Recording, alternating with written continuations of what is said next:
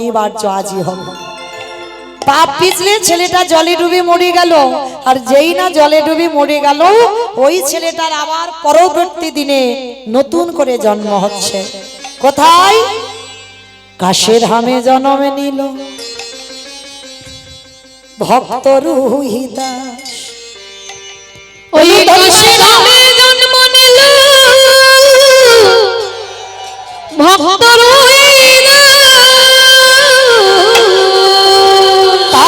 ধামে জন্ম নিল ভক্ত রুহিদাস। কাশী ধামে জন্ম নিল ভক্ত রুহিদাস। শঙ্খ ধ্বনি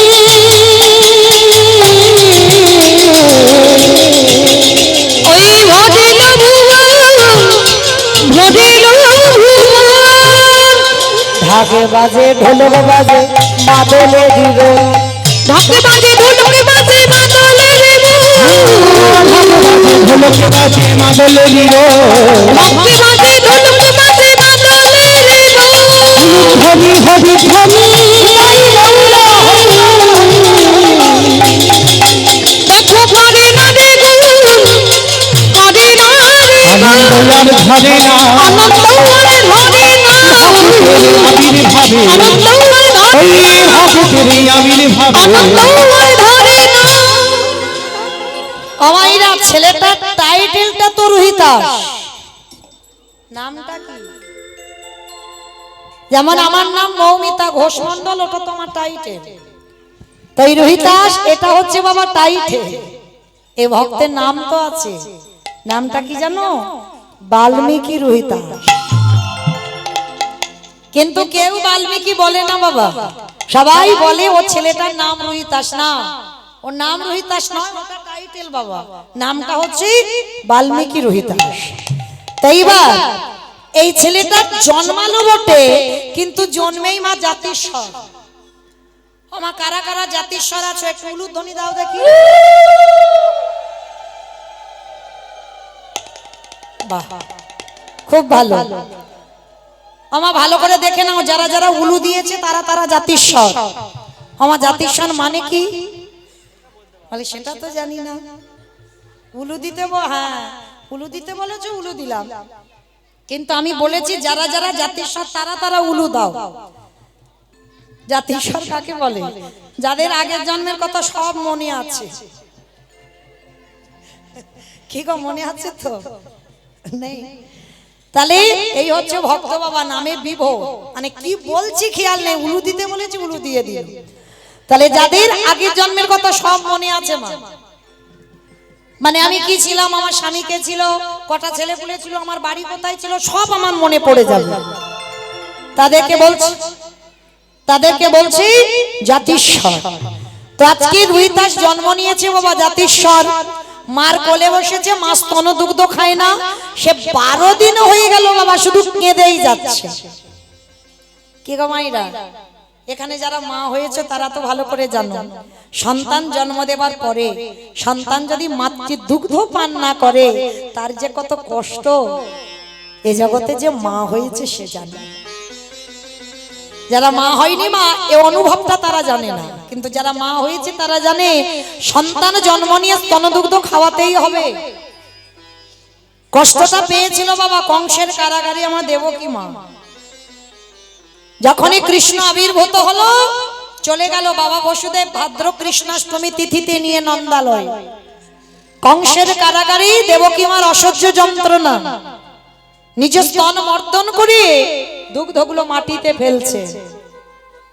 মানে এতটাই কষ্ট, যন্ত্রণা সহ্য করতে পারছে না, দুগ্ধগুলো নিজে দহন করে মাটিতে ফেলছে। আর মাটিতে যখন ফেলছে ওই দুগ্ধগুলো ছোট ছোট পিঁপড়ে খাচ্ছে। দেবকী মা কেঁদেছিল, হ্যাঁ রে আমার সন্তান যে বস্তু খাবার কথা সেই বস্তু তোরা পিঁপড়ে খাচ্ছিস, অভিশাপ দিলাম। কলিযুগে যখন ভোগ হবে দেখবেন বাবা, যতক্ষণ মন্দিরে প্রভুর সামনে থাকবে নিবেদন করা, পিঁপড়ে লাগে না। আর ওই ভোগের মাসে আপনাদের কাছে এনে রেখে দেবেন, চারিদিকে পিঁপড়ে ভর্তি হয়ে যাবে। দেবকী মা অভিশাপ দিল, তোরা কোনোদিন ভোগের অধিকারী প্রথমে হতে পারবি না, যতক্ষণ প্রভুর কাছে নিবেদন করা থাকবে। কিন্তু ভগবান হেসে বলেছিল, মা বৃথাই তুমি অভিমান করছো, তোমার পাপেই তো আমি তোমার দুধটা খেলাম না, তোমার অন্যায়টা বেড়ে গেল তাই তো দুধ খেলাম না। যেদিন আমি রাম ছিলাম, আমার মা কৌশল্যা ছিল, আমাকে 14 বছর বনবাসে পাঠালে। আমার মা কৌশল্যা যাবার সময় একটু দুধ এনেছিল খাওয়াবে বলে, তুমি কি করেছিলে? ছুটে এসে ওই দুধের বাটিটা ফেলে দিলে।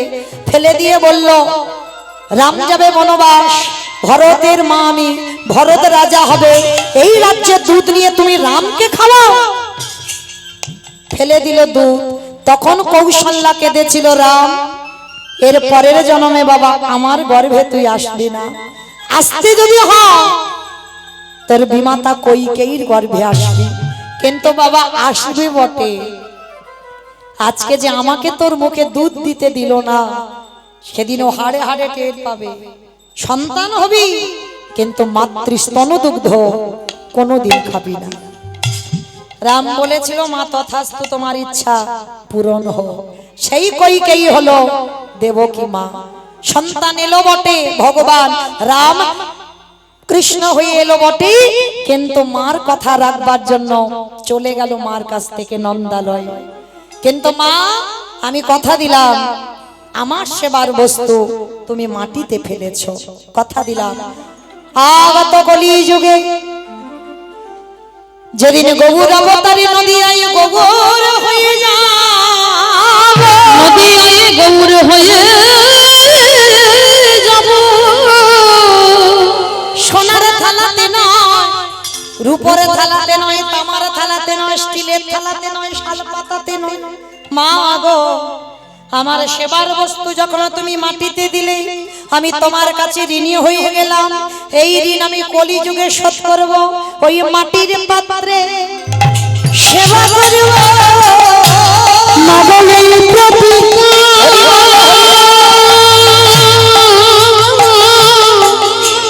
আমি কবে গেলাম, সেদিন মাটির পাত্রে সেবা করব। তাহলে মা সেদিন আমার দেবকী মা যে জ্বালা পেয়েছিল, আজকে রুহিদাসের মা সেই জ্বালা পাচ্ছে। 12 দিন হয়েছে, ছেলে কিছু খাচ্ছে না, শুধু কেঁদেই যাচ্ছে। আর ও মা গ্রামের লোকরা দেখতে এসেছে, আরে 12 দিন ছেলে কিছু খায় না, বেঁচে আছে। ওঝা বৈদ্য কবিরা সব এসেছে। দিদি দিদি রে, বলো একটা কাজ কর। কি কাজ?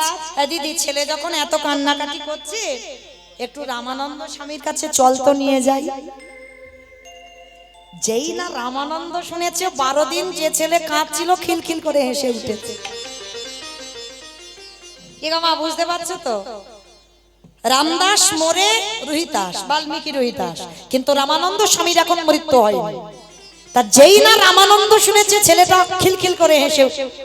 হ্যাঁ রে দিদি, রামানন্দ শুনতেই ছেলেটা হাসলো কেন? বলে যা হয় হোক, চল একবার গিয়ে দেখে আসি। এইবারে ছেলেটাকে কোলে করে নিয়ে যাচ্ছে রামানন্দ স্বামীর কাছে। লোহার চুম্বক যখন কাছে কাছে এসে একটা টান দেয়, প্রকৃত গুরুবার প্রকৃত শিষ্য যদি হয়, কাছে কাছে যদি শিষ্য এসে যায় বা গুরু বসে, হৃদয়ে একটা টান হয়ে যায়, গুরু কোথাও এসেছে বা শিষ্য কোথাও এসেছে।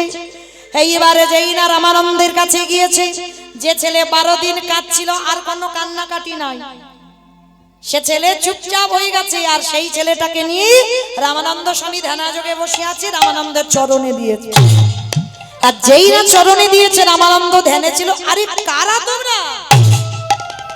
ওই দেখো গো, ওইটুকু বাচ্চাকে একেবারে আমার পাইবে, তোলো তোলো তোলো তোলো। কেউ তুলছে না। আর কেউ যখন তুলছে না, এইবার রামানন্দ স্বামী নিজে, আহারে কত সুন্দর, কত সুন্দর ছেলে গো, আয় আয় বাবা আয়, কোলে করে তুলে নিয়েছে। আর কোলে তুলে নিয়ে একবার পিঠে হাত বুলিয়েছে। আর যেই না হাত বুলিয়েছে, গুরুদেব চমকে উঠেছে। দেখে সত্যি করে বলে, তুই কে? তুই কি আজকে আমার কোলে উঠলি? বলো তো মা, চমকে উঠলো কেন? বাবা বাবা, সেই যে আগের জন্মে লাঠিটা মেরেছিল, সেই খড়মের চিহ্নটা ছেলেটার পিঠে পড়ে রইল। চমকে উঠলো গুরুদেব। ওরে আমার আদর্শনে তুই 12 দিন ধরে কাঁদলি, 12 দিন তুই জলস্পর্শ করলি না, মাতৃ দুগ্ধ পান করলি না। ওরে আয় আয়, ওরে আয় তুই আমার বুকে আয়। ওগো দয়াল গুরুদেব, সেই যদি তুমি আমার কৃপা করিলি, তাহলে 12 দিন পরে কৃপা করলে কেন? তুমি কি জানো না গুরুদেব, নদীর ঘাটে যদি নৌকা না থাকে, নদীর ঘাটে থেকে ও ঘাটে যাওয়া যায় না। ওগো দয়াল গুরুদেব, এই জগতে যারা যারা গুরুচরণ আশ্রয় না করে, আশ্রয় না করে, এই জগতে কেউ তো কোনদিন এই ভব নদী পার হয় না। কি গো গুরু রূপী কান্ডারি, তোমাদের ওই নৌকায় চাপায়ে যদি না ভব নদী পার করা, তাহলে কি কোনদিন গৌর গোবিন্দ কৃপা মেলে? এই জগৎ সংসার মাঝে ওই গুরুচরণ আশ্রয় করে যে জন গৌর গোবিন্দ চরণ ভজন করে, তার তো অনায়াসে আমার রাধা কৃপা, রাধা কৃপা হয়ে যা। ও গুরু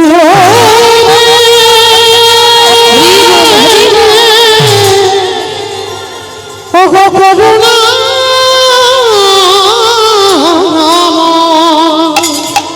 এইবারে আমায় কৃপা করো। এইবার লক্ষ্য করে দেখেন বাবা, ওই ছোট্ট ছেলেটাকে 12 দিনের ছেলে আসল কাজটা কানে কানে করে দিল গুরুদেব। মাথায় হাত দিয়ে বলছি, আমার জন্য তুই আজকের মুচি খুলে গেছিস। আমি সেই গুরুদেব, এক মুখে অভিশাপ দিলাম মুচি খুলে যা, আর এক মুখে তোরে আশীর্বাদ দিলাম। এই জগতে যত কৃষ্ণ প্রেম কৃষ্ণ ভক্তি আজ থেকে তোর মধ্যে উদয় হবে। আমি এই আশীর্বাদ করে গেলাম, আজ থেকে তোর মধ্যে উদয় হবে। এই রোহিদাসের বাবা ছিল রাঘব। রাঘবকে বলছে, ও রাঘব চলো, আমি তোমার ছেলেকে নিয়ে তোমার বাড়িতে। না গুরুদেব, চুপ, আমরা তো ছোট যা, আমরা মুচি। একদম চুপ করো। কে বলেছে মুচি? মুচি হয়ে শুচি হয়ে যদি কৃষ্ণ ভজে, যদি কৃষ্ণ ভজে, আজ শুচি হয়ে মুচি হয় যদি কৃষ্ণ তেজি। এইবার কি করেছে বাবা, ছেলেটাকে নিয়ে বলছে চুপ, ভগবানের জাতে বিচার নেই, আমাদেরও জাত বিচার নেই। কি গো, আমরা ভক্তি জীবনেও যারা এসেছি, যারা এখনো আসনি, কাউকে দেখে ঘৃণা করাটা ঠিক নয়। সবাই ভগবানের চরণের দাস। আমাদের চেতনা জেগেছে, তাই আমরা সেই পদ অবলম্বন করেছি। কিন্তু ভগবানের কাছে প্রার্থনা করতে হবে যে আমি বৈষ্ণব বলে অন্য একজনকে ঘৃণা করব না। ভগবানের কাছে প্রার্থনা করো, সবাই ভগবানের চরণের দাস। ভগবানের কাছে প্রার্থনা করো, তোমাদেরও যেন চেতনা হয়। ভক্ত সবাই, ভক্তি সবার মধ্যে আছে বাবা। শুধু কি আমরা বৈষ্ণব পদ অবলম্বন করেছি বলে আমাদের আছে আর আপনাদের নেই? ভুল কথা, সবার আছে। আপনাদের চেতনাগুলো একটু চেপে আছে, প্রকাশ পাচ্ছে না। আর যেদিন প্রকাশ পাবে সেদিনও গৌর গোবিন্দ চরণ ছাড়া আর কিছু জানবে না। তো আজকে সেই ছোট্ট ছেলেটাকে নিয়ে বাবা মা রাঘবের ঘরে মুচি পাড়াতে বস্তিতে রেখে এসেছে। আর যেই ছেলেটাকে আশীর্বাদ দিয়ে রেখে এলো, ছেলেটা আজকের মা কেউ তো চিরস্থায়ী নয়, যেতে তো হবে। কি মা, যেতে তো হবে নাকি থাকবো বলে এসেছে? দূর, যেমন আমার সময় ঘড়ির কাঁটা টিক টিক করে ঘুরে গেলে আমাকে চলে যেতে হবে, এইটা হরিবাস, ঠিক ওই রকম সংসার নাটকের মঞ্চে আছি সবাই। যেমন আমি এই মঞ্চ থেকে নেমে যাব, আপনারাও ঘরে চলে যাবেন, এখানে ফাঁকা, ঠিক তদ্রূপ সংসারটা নাটকের মঞ্চ, যার যখন দিন শেষ তাকে মঞ্চ থেকে চলে যেতে হবে। তৈরি হয়ে থেকো বাবা, মৃত্যু দরজায় কখন ঢুকবো বলে ঢুকে পড়বে, বুঝতে পারবে না। কেমন? মৃত্যুকে ভয় পেও না, কারণ তোমার দেহের পতন হবে, আত্মার নয়। কারণ আত্মার কি মৃত্যু হয়? আর ভক্ত কোনোদিন মৃত্যুকে ভয় পায় না। ভয় পাবে কেন?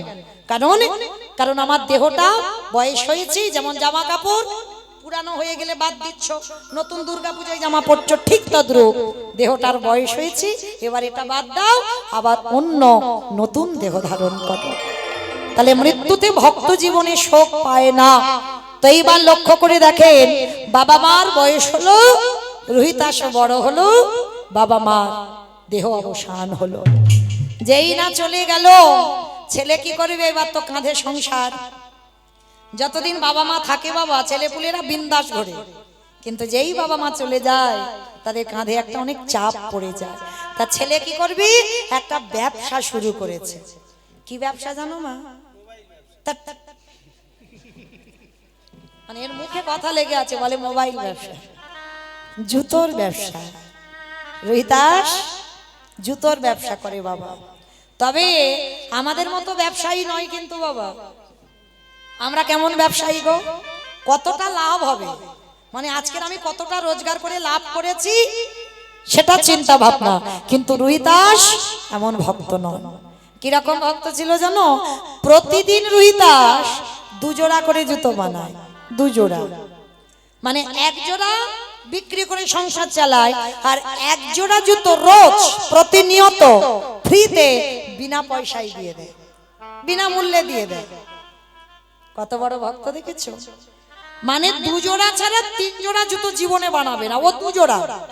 একটা পথিক যেতে যেতে প্রশ্ন করছে, আচ্ছা রোহিতাস, ধরো 1 জোড়া জুতো তোমার বিক্রি হলো না, আচ্ছা রোহিতাস, সেদিন কি তুমি উপবাসে কাটাও? বলে না গো না, উপসে কাটাবো কেন? সেদিন কি করি জানো? আমার ঘরে ঝলে ধরে মূর্তি বসানো আছে, মন তুলসী আর ভক্তি চন্দন, ওই নয়নের জল মিশাইয়ে ওই চন্দন আমার গোবিন্দ চরণে দিয়ে আমি কি করি জানো? বাচ্চিক জগতের কিছু খাবার যেদিন খেতে পাই না, কিছু জোটে না, সেদিন কি করি জানো? আমি হরি নামামৃত রস রসে পান করি গো। তো বাৎসল্য ভগবান মনে মনে করে খোকা গারি, এ তো দিব্যি আনন্দে আছে। এত আনন্দ তো ভক্তের জীবনে থাকা ঠিক নয়। দাঁড়া, প্রথমে তোর বাবাকে নিয়েছি, দ্বিতীয়বারে মাকে নিয়েছি, তৃতীয়বারে যে মানুষ করছে বুড়ি মা তারে নিলাম, এইবার চতুর্থবার পরীক্ষা। তৈরি হ, দেখ এবার কেমন পরীক্ষাটা করি।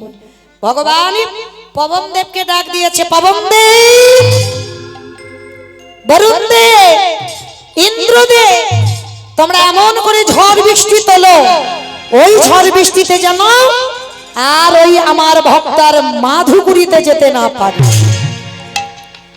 এত ঝড় বৃষ্টি উঠেছে মা, ওদিকে রামানন্দ স্বামী গুরুদেব ডাকছে, রামদাস, রামদাস, কিরে বাবা এখনো মুষ্টি ভিক্ষায় গেলিনি? দুপুরবেলা ভোগ লাগাবো কি দিয়ে?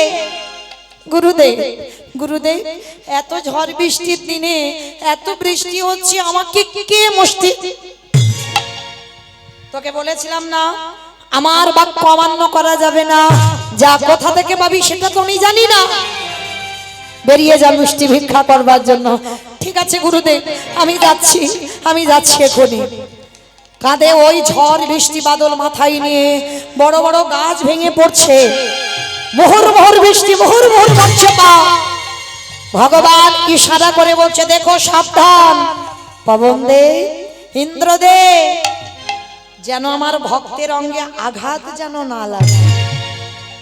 পরীক্ষা নিচ্ছি যেন আঘাত যেন না লাগে। মুহুর্মুহুর বজ্রপাত বৃষ্টি হচ্ছে। আর মা, যদি ঝড় বৃষ্টি হয় কেউ কি আর বাড়ির বাইরে থাকে? সব তো ঘরের ভিতরে থাকে। আর ছেলেটা সারা গ্রাম ঘুরছে, কেউ তো দেখতে পাচ্ছে না ছেলেটাকে, আর কেউ মুষ্টি ভিক্ষা দিচ্ছে না। ছোট্ট রামদাস মনে মনে চিন্তা করলো, তাই তো, গুরুদেব তো এখন আশ্রমে, গুরুদেব তো দেখতে পাচ্ছে না। একটা কাজ করি, ওই তো জমিদার বাড়ি দেখা যাচ্ছে, যাই ওই জমিদার বাড়ি থেকে গিয়ে কিছু চাল ডাল আমি চেয়ে নিয়ে আসবো। আর গুরুদেব তো ওদিকে আশ্রমে আছে, ও তো দেখতে পাচ্ছে না আর জানতেও পারবে না আমি কোথা থেকে চাল ডাল আনছি। কিন্তু বাবা, প্রকৃত গুরু আর প্রকৃত শিষ্য যদি হয়,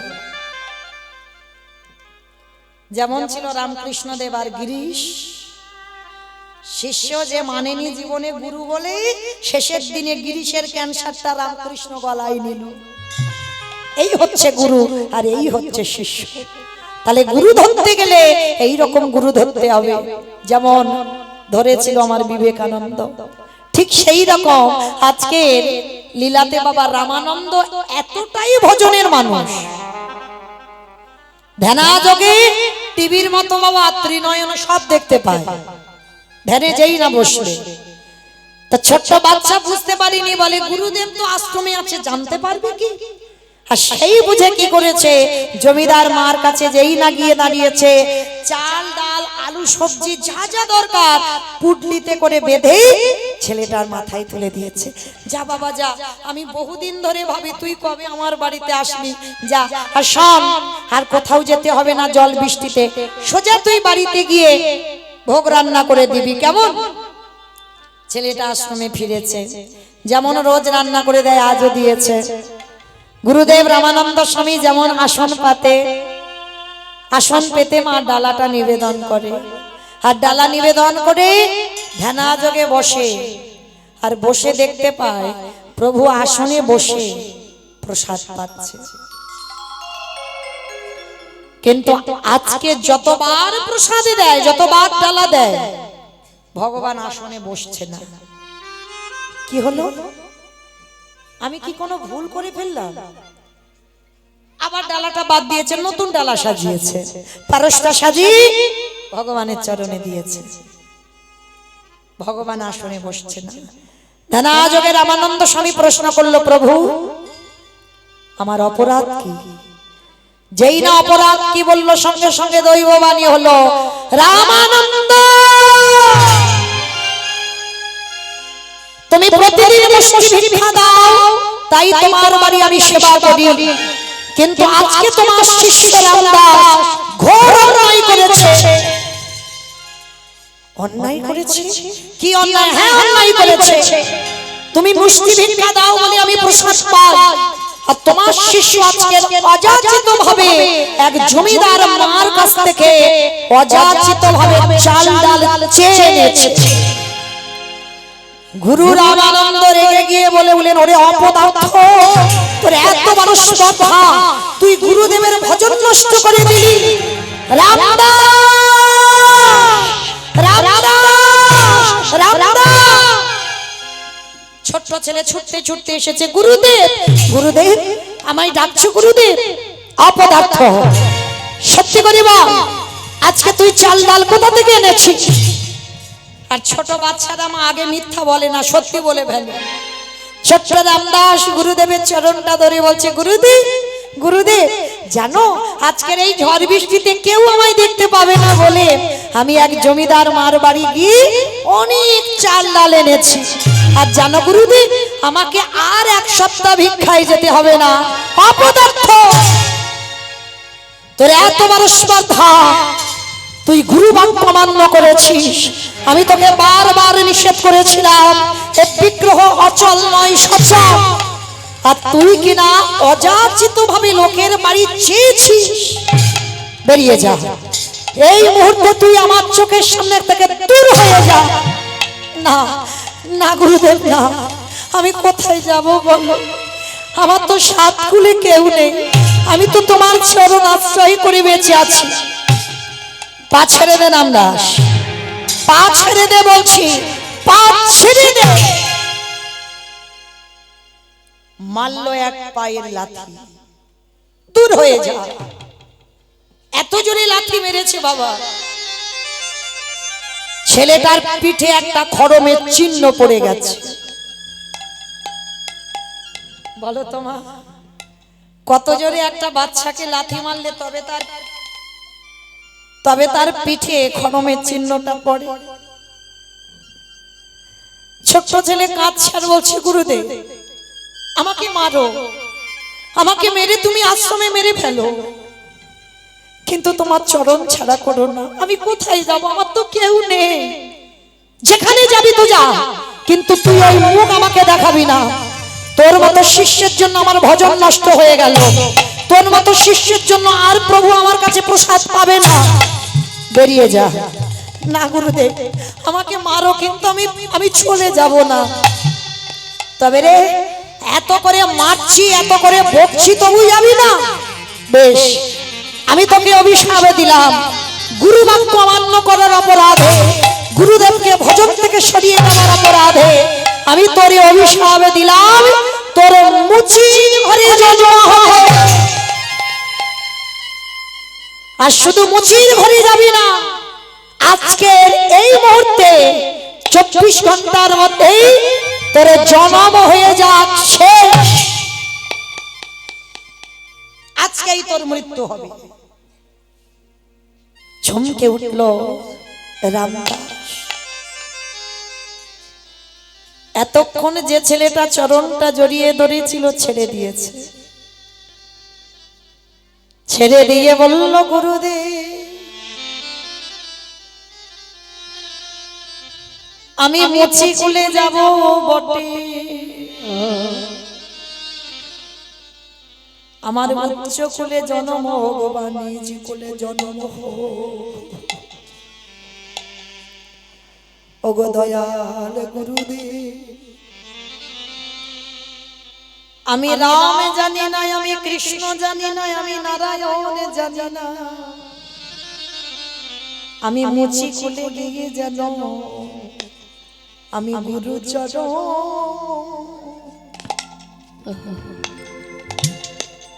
গুরু চরণ ভুলে হে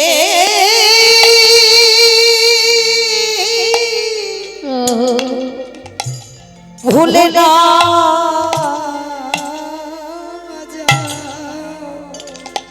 আমি এই মিনতি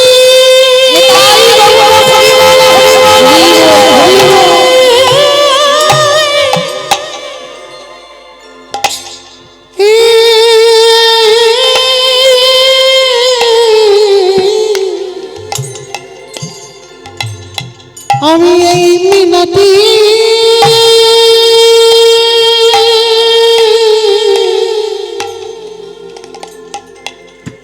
জানাই গুরুদেব জানাই রাখিলা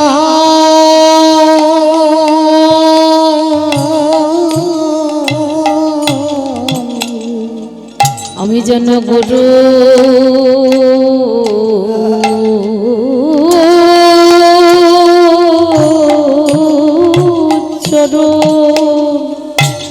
আমি রাম নারায়ণ এগুলো কিছু জানি না, চরণ ভুলে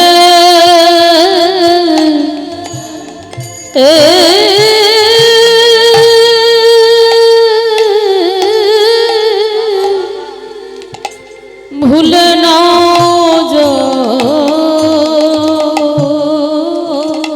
গুরুদেবের শিষ্যকে অভিশাপ দিয়ে শিষ্য যেই না বলল, গুরুদেবী আমি মুচি কুলে যাব বটে, মুচি কুলে যাব বটে, কিন্তু যেন কোন কোনদিন তোমার চরণ ভুলে না যাই। গুরুদেব শিষ্যকে ধরে বলল, খোকা রে তোর এত